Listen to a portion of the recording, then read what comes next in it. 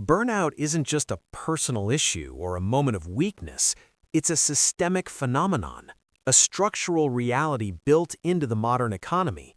Every day, across offices, homes, and cafes, people are trading their most valuable resource, their energy, for paychecks, unaware that the system itself is rigged to keep them exhausted. Most of us believe that feeling tired all the time is a personal failing, a sign that we're not managing our time well, or that we simply lack discipline. But the truth is far more uncomfortable. Burnout is not your fault. It is the natural outcome of an economic system designed to extract maximum productivity while providing minimal energy replenishment. The rules of modern work demand that we produce more, perform faster, and stay available constantly, all while our biological energy remains finite. Every late night, skipped meal, or ignored fatigue warning is a transaction in this system, and the cost isn't visible on a paycheck. It's the gradual erosion of focus, creativity, and well-being. By the end of this discussion, you'll understand why burnout is inevitable under the current economic rules, why it affects people globally, and what practical strategies can help you reclaim control over your life and energy. Imagine Alex, a young professional in a crowded office. He juggles emails, spreadsheets, endless meetings, and project deadlines that seem to multiply overnight. He is constantly performing, yet he feels perpetually behind, like running on a treadmill set to a speed that exceeds his stamina. This scenario isn't unique. From New York to London, Toronto to Berlin, middle-class workers experience the same pressures, often without understanding why. Is it simply that we are lazy or inefficient? Certainly not. The real issue is deeper.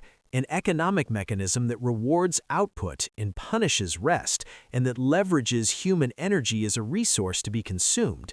This mechanism turns ordinary workdays into cycles of exhaustion disguised as productivity. It is subtle, invisible, yet profoundly effective. Most workers never pause to ask why their energy feels constantly drained, because the system conditions us to equate exhaustion with success. But the truth is far more uncomfortable. Burnout is not your fault. It is the natural outcome of an economic system designed to extract maximum productivity while providing minimal energy replenishment. The modern workplace is a masterclass in efficiency, designed to maximize productivity while minimizing downtime. Alex's office is sleek, bright, and full of tools that promise to make work faster and easier.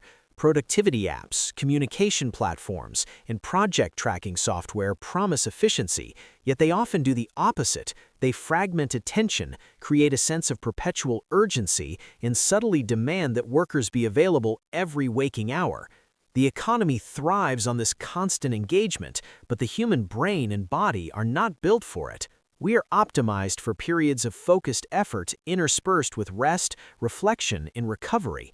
When those recovery periods are denied or truncated, fatigue compounds, attention decreases, and the quality of work inevitably suffers.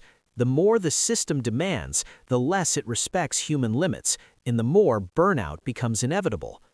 Data tells the story with stark clarity. Across the United States, over 70% of employees report frequent exhaustion, chronic stress, and declining mental well-being. Similar trends emerge in Germany, the UK, Canada, and Australia.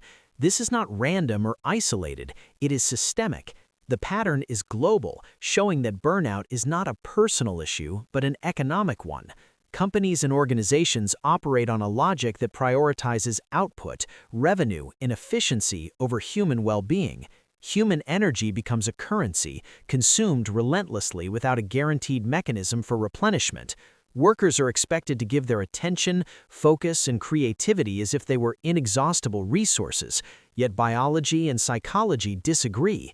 Our energy is finite, and the economic system exploits this fact silently but pervasively. The disparity between wages and the cost of living exacerbates the problem. Many workers, like Alex, are compelled to work longer hours simply to make ends meet. Rent, utilities, food, and transportation costs increase steadily, while salaries stagnate in comparison. Overtime is no longer a choice, it is a necessity. Yet each extra hour worked chips away at energy reserves, creating a paradox where the very act of earning money diminishes the capacity to enjoy it or think clearly. Energy depletion becomes a silent tax that is never discussed openly. Over time, the cumulative effect of these invisible costs manifests as chronic fatigue, anxiety, and a sense of constant inadequacy. Productivity, ironically, suffers the most when energy reserves are chronically depleted. The economy benefits in the short term, but human performance is undermined over the long term. The pressure to perform is compounded by cultural and social expectations. Even highly skilled and experienced professionals like Morgan, Alex's colleague, feel the squeeze. Deadlines, back-to-back meetings, and overflowing inboxes create a constant sense of urgency. Productivity culture glorifies perpetual motion, celebrating those who sacrifice sleep, meals, and personal time for the sake of output. Yet the human body and brain operate on natural cycles that cannot be ignored. Chronic stress triggers hormonal changes, elevating cortisol and undermining cognitive function. Sleep deprivation diminishes memory consolidation, decision-making, and problem-solving skills. Ironically, the system demands maximum output while simultaneously eroding the very faculties that enable it. Morgan's stress isn't a personal failing, it is an inevitable response to an environment designed to extract energy without replenishment. This is where human biology and economic structure intersect. Alex's energy bar is running low. Coffee and snacks provide temporary relief, but they cannot restore cognitive energy fully. Fatigue is not a sign of weakness, it is a signal that the system has overextended its reach. The body and mind are calling for restoration, yet the economic pressures demand further effort. This creates a feedback loop. The more energy is spent, the less capacity remains, and the more the system requires. Across industries and continents, this pattern repeats daily, creating a workforce perpetually on the edge of exhaustion. The global scope of the problem demonstrates that burnout is not a personal issue, but an economic one. And yet, there is hope. The solution begins with understanding the problem. Energy is finite and rest is essential. Riley, another colleague, demonstrates how simple, deliberate interventions can dramatically alter outcomes. Flexible working hours, structured breaks, and strategic task management allow individuals to reclaim autonomy over their energy. These adjustments might seem minor, but they counteract systemic exhaustion in meaningful ways. A few hours of deep, focused work, followed by intentional rest periods, can produce more meaningful results than endless hours of distracted effort. Recognizing the economic forces that drive burnout allows workers to implement strategies that restore balance without sacrificing productivity. The benefits of such an approach are tangible. Morgan, once stressed and overwhelmed, now finds that he can accomplish tasks more efficiently while maintaining focus and energy. Alex notices a marked difference in both his own performance and that of his colleagues. The office environment feels lighter, calmer, and more human. Energy levels rise, creativity returns, and motivation improves. What once seemed impossible, a balance between productivity and well-being, becomes achievable with small, consistent changes.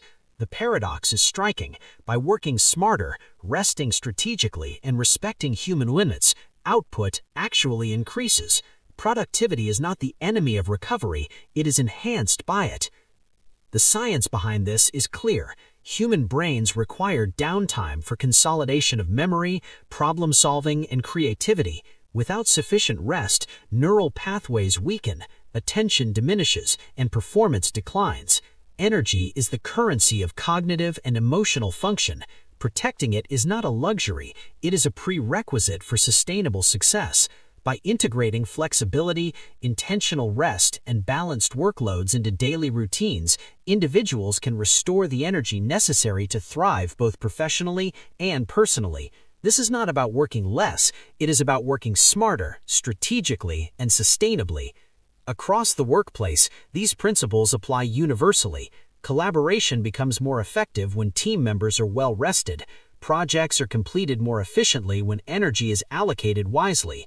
Teams that prioritize balance report higher satisfaction, lower absenteeism, and measurable increases in productivity. The human mind and body are not machines. They cannot be pushed indefinitely without cost. Recognizing this truth and designing systems around it transforms work from an endless grind into a sustainable practice that respects human limits. Ultimately, burnout is not an inevitable fate.